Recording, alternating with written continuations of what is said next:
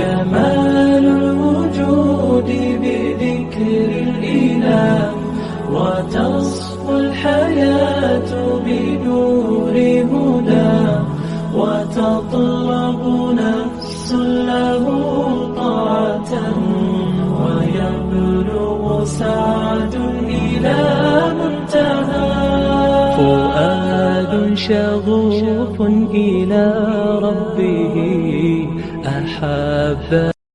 جمال الوجود بذكر الإله، وتصفو الحياة بنور هدى، وتطلب نفس له طاعة، ويبلغ سعد إلى منتهى.